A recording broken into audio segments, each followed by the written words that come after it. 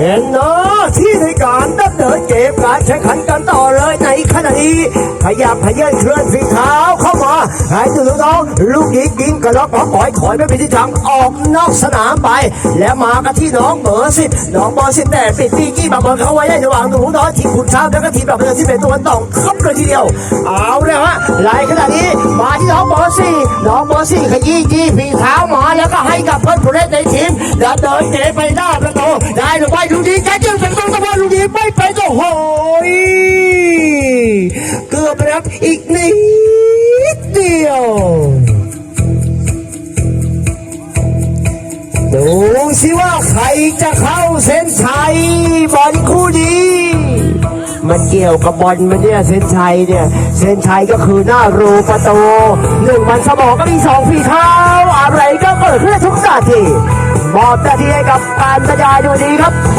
ตลกพันหวานเย็นส่วนน้ำทองในการนำเสนอจากสาวฟุตบอลวันชัยฟาร์มแห่งอำเภอไซหัดจังหวัดอ่างทองในวันนี้ดูกันต่อตามเด็ดและก็จะนี้ขยี้ฝีเท้าเข้ามาอีกครั้งหนึ่งเลยทีเดียวและกระดูน้องในทีมนี้ครับในทีมนี้ชุดสีเหลืองหลังและจะยืนที่เป็นลูกนี้เป็น2-3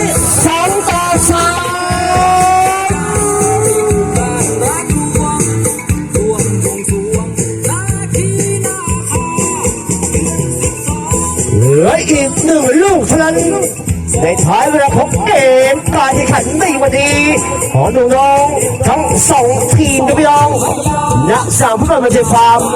สนามดีแห่งอำเภอไซหัดจังหวัดอ่างทอง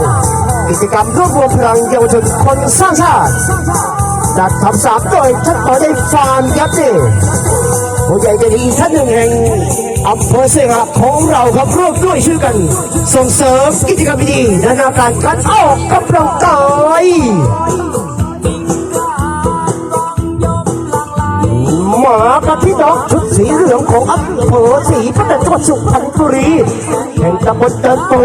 ในทิศของคุณช้างอยู่ในทิศตะวันขึ้นเช้า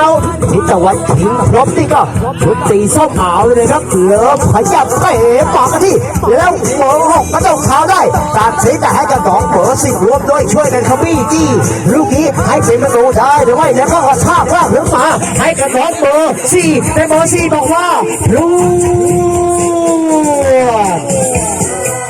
ออกตะลิงไป